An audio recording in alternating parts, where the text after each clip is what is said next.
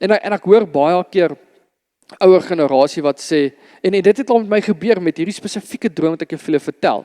En iemand sê, nee, nie in vandag se tyd nie. Weet, dit is 'n droomdief.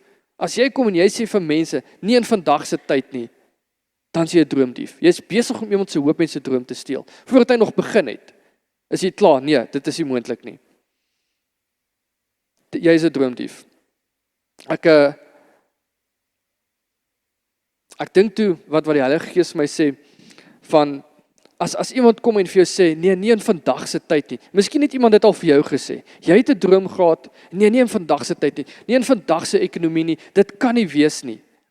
Dan wil ek vir jou sê so, hoekom kon God dit daai tyd gedoen het, maar nie vandag nie? Hoekom kon, kom ons vat nou weer die voorbeeld. Hoekom kon mense 8 kinders 100 jaar terug gekry het, en God het daar gesorg, maar nie vandag nie? Dis mos dieselfde God. En ek weet, mense sê maar jy moet realisties wees, Ek is realisties. Ek weet net ook wie God is, en ek weet ook wat hy kan doen.